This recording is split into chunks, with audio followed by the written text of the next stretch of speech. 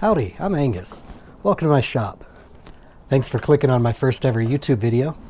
Let's get started. I was recently watching Steve Ramsey's video about the 6 things you should check on your table saw before even turning it on. If you haven't seen that video, I recommend it. There's a link in the description. In that video, Mr. Ramsey advises against having your table saw blade significantly higher than the piece of wood that you're cutting through. This has become some matter of debate among woodworkers. The proponents of this technique claim that by having the table saw blade high, they're able to obtain a smoother surface finish than by having the blade just high enough to cut through. The obvious logic against this strategy is that with the table saw blade up high, you have a much higher chance of running into it with some part of your body, and if you do cut yourself, it could be much deeper. But is that the only reason, or are there other forces at work? After all, in an ideal safe world, your hands should never be near the blade when it's spinning. You got your push sticks and your grippy push block, and you spent your birthday money on getting that saw with the flesh detection sensors and brakes, so you should still be fine, right? I'm here today to try to illuminate another reason why making a cut with your table saw blade all the way up raises your chances of injury, and to show you alternatives to keep you safe in the shop. First, let's look at the way a table saw cuts, contrasted with other saws you may commonly find in a wood shop. A bandsaw is also a spinning blade driven by a motor, but by straightening the blade between 2 wheels, a bandsaw cuts with the force traveling in a single direction, down. A jigsaw is similar to a bandsaw in that it has a straight blade that cuts in one direction. But the blade reciprocates, meaning the jigsaw blade moves up and down. Technically it only cuts on the upstroke, but the forces on the blade are moving mostly in 2 directions, up and down. The circular blade of a table saw technically exerts force in an infinite number of directions. Each direction is represented by a tangent. If we were to line the table saw blade so that it was exactly flush with the surface of the table would be tangent to the blade. That means the force exerted by the saw would be exactly in line with the surface of the table. This is a very inefficient approach to woodworking, though, because the saw wouldn't be cutting any wood. So we have to raise the saw blade up. During a recent Stumpy Nubs video, he talked about these and why they were banned in certain countries. This is a chainsaw disc for an angle grinder. If you haven't seen his video, check the link. It's not a prerequisite, but I'd highly recommend it. If we accept that the grinder is dangerous, then the table saw is dangerouser. Angle grinder blades are typically around 4 inches. Your table saw probably has an 8 or 10 inch blade. The motor is also much larger and has more torques living inside it compared to a handheld angle grinder. So the spinning blade of a table saw has more mass and a stronger motor to keep it spinning even after it encounters resistance. I mention this because we're going to use Mr. Nubs' concept of dividing the spinning blade into quadrants. Each quadrant generates force in one direction, which in this diagram is represented by these 4 arrows pointing up, down, left, and right. In the video about these vicious circles, Mr. Nubs says you must only cut with one of these quadrants, so the forces are acting in one predictable direction. The higher you raise the blade, the more of the blade is in contact with the wood. Each quadrant you expose above the table exerts force in a different direction. When the blade first contacts the wood, the blade is pushing towards you, the user. As you raise the blade, though, the leading edge of the blade cuts downward, but the trailing edge of the saw is also going to be making some contact with the wood, however seemingly insignificant it may be, pushing upwards.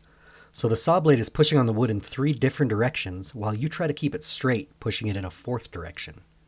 The direction of the forces also changes relative to the wood as you push it through the cut, as is represented by the green arrows in this super professional diagram.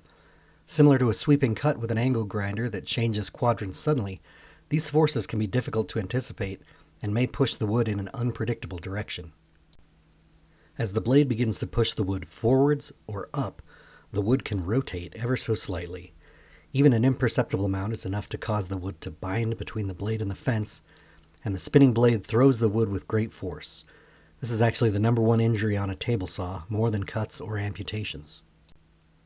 If you're using push sticks, it can be difficult to overcome these forces while also pushing the wood down, towards the fence, and through the cut. A push block is a better idea, but you probably can't use one with the blade raised all the way up. Furthermore, there's more of the surface area of the blade making contact with the board. The more of the blade that's in contact with the board, the easier it can push the board. Think of it like the contact patch of a tire.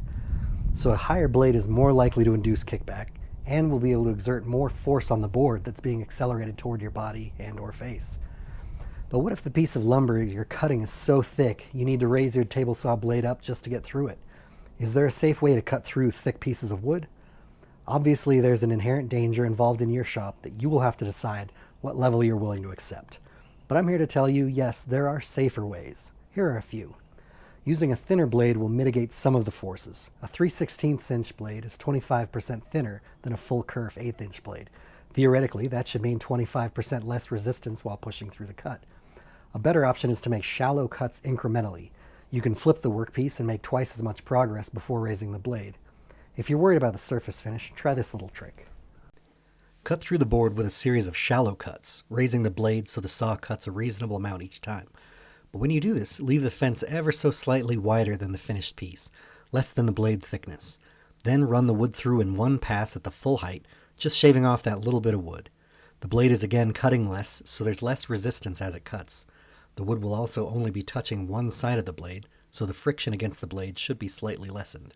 One of the great things about woodworking is there's many ways to do the same thing. If you don't want to use the method of incremental cuts on the table saw, you can use a different tool. A bandsaw is a great option for cutting through thick pieces of wood, which is why it's used to resaw wide pieces of lumber. A rip fence makes this cut a lot straighter. If your bandsaw is old like mine or it didn't come with a rip fence, you can make your own. Another option is to use a handsaw to cut thick lumber.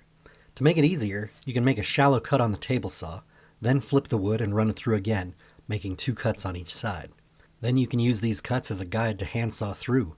This will make it go much faster than doing the entire board manually, as you're only handsawing a small portion of the wood. And if none of these options appeal to you, you can learn to use a plane or sandpaper to make the surface smoother. Or just lower your expectations and market your furniture as rustic farmhouse style. But seriously, any supposed benefit to cutting with the blade height maxed out is outweighed by the danger it presents.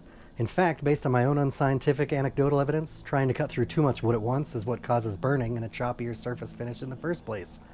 If you know of any other tricks to make this operation safer, leave them in the comments down below. Thank you for watching this far through my first video. Hopefully there will be many more videos to come, including project videos.